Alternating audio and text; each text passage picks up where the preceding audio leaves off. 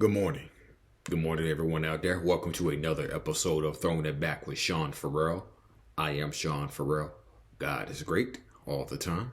All the time, God is great. And we going to get right to it. So, I was just thinking about this the other day. The 1993 NBA playoffs. And the Phoenix Suns, who had the best record in the NBA, 62-20, behind the Knicks, who finished 16-22. Bulls had the third best record, 57-25. And so those were the three best teams in the NBA. Those were clearly the three best teams in the NBA. And I was thinking about the Suns playoff run. And this is pretty staggering.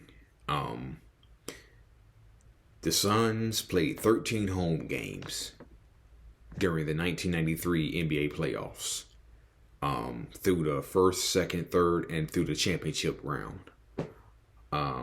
They played 13 home games, including the NBA Finals. And guess what their record was at home? They were 6-7 at home during the playoffs. The Phoenix Suns, who finished 62-20, had a losing record at home in the playoffs. Think about that for a second. Think about that for a second. You lose the first two games at home to the AFC, the Lakers, who almost got you in the first round.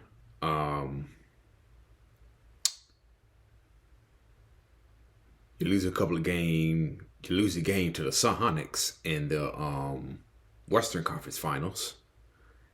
And you lose the first two games of the NBA Finals to the Bulls. And then on top of that, you lose game 6 at home. So yeah, they were 6-7 at home during the 1993 playoffs. And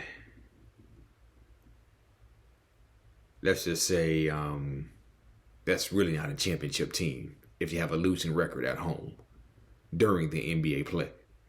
That's not a championship team. Okay. I read one of Michael Jordan's books, and he was talking about the 93 NBA Finals. He said, the Phoenix Suns knew how to compete, but they didn't know how to win.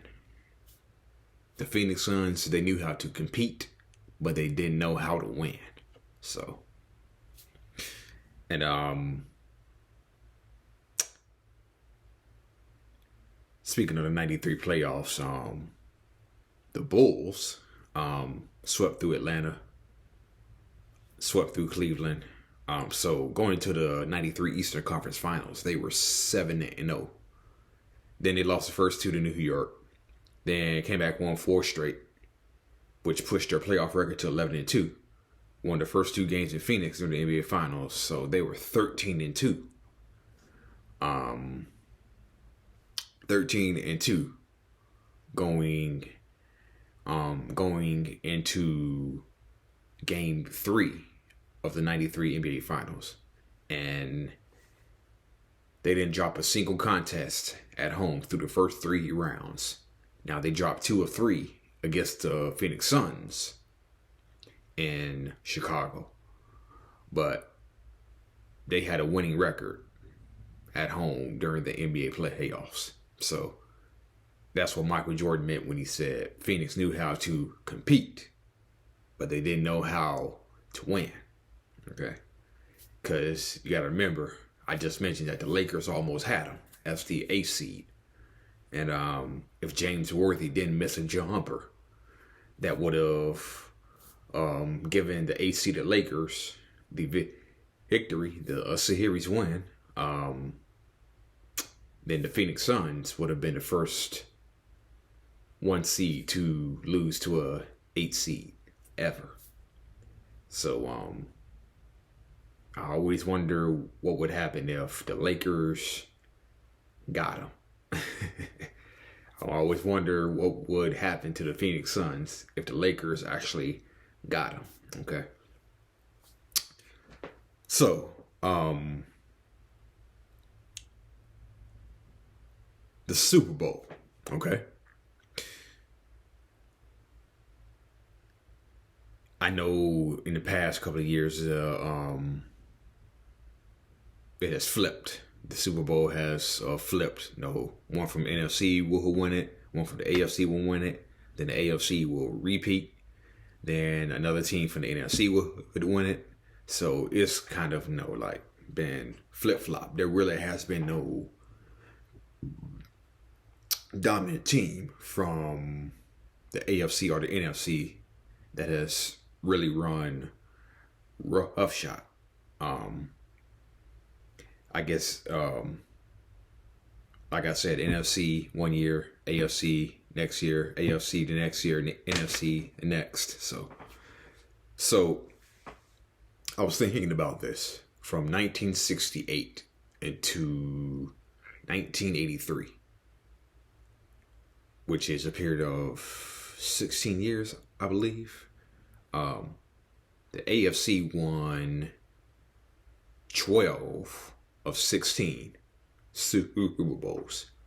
The 68 Jets, 69 Chiefs, the 70 Colts, 72 and 73 Dolphins, the Steelers back-to-back, the Raiders in 76, Steelers in 78 and 79, then the Raiders in 1980,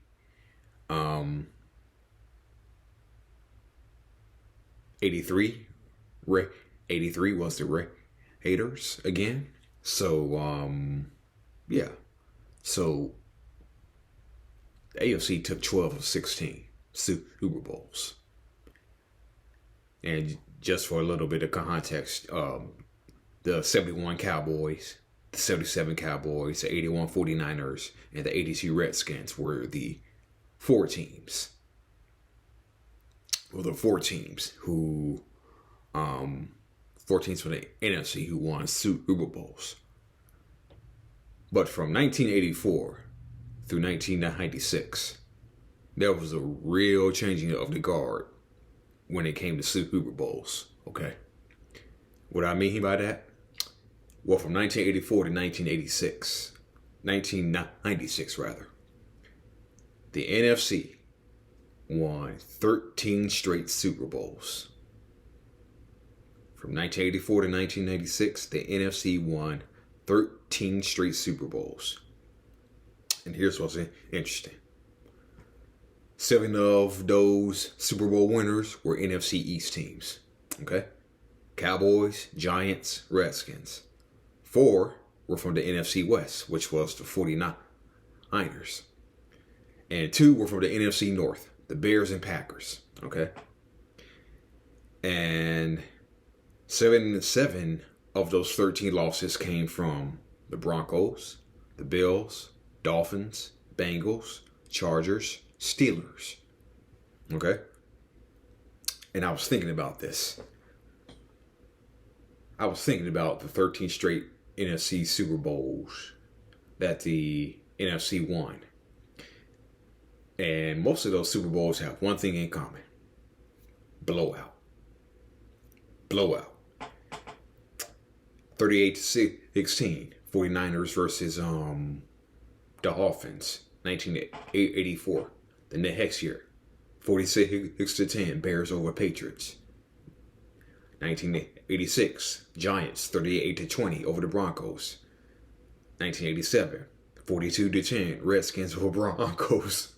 1989, San Francisco 49ers, 55-10 over Denver. 1991, 37-24, Redskins over Bills in a game that really wasn't even close. I mean, it was 20-40 early in the third quarter. Okay, so that game really wasn't even close, as the score indicates. 1992, Dallas 52-10 over Buffalo. The very next year, San Francisco over Dallas. I mean, Dallas over Buffalo again, 30-13. 1994, Chargers.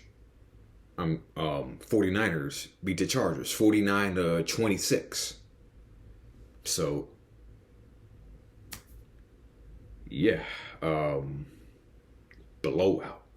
That's the one constant of the 13 straight Super Bowls, which were they were blowouts, okay, and the 88 Super Bowl came down to the wire. We all know 1990 wide right. 1995 Cowboys and Steelers was pretty close. Dallas won by 10, but the game was really close. Larry Brown's 2 interceptions sealed the deal. And the last of the 13 straight, the Packers. Packers versus Patriots. That game was actually competitive throughout for most of the game. For most of 3 quarters, that game was competitive. So, and I was thinking about the Buffalo Bills. All of their NFC, all of their Super Bowl losses were the NFC East teams. Think about that for a second. So, they lost twice to the Cowboys, once to the Giants, once to the Redskins. And the Patriots' 2 Super Bowl losses were against the NFC North, the Bears and the Packers, when they got drubbed 46-10 in 1985 and 1996 against the Packers. And the Broncos, 2 of their 3 losses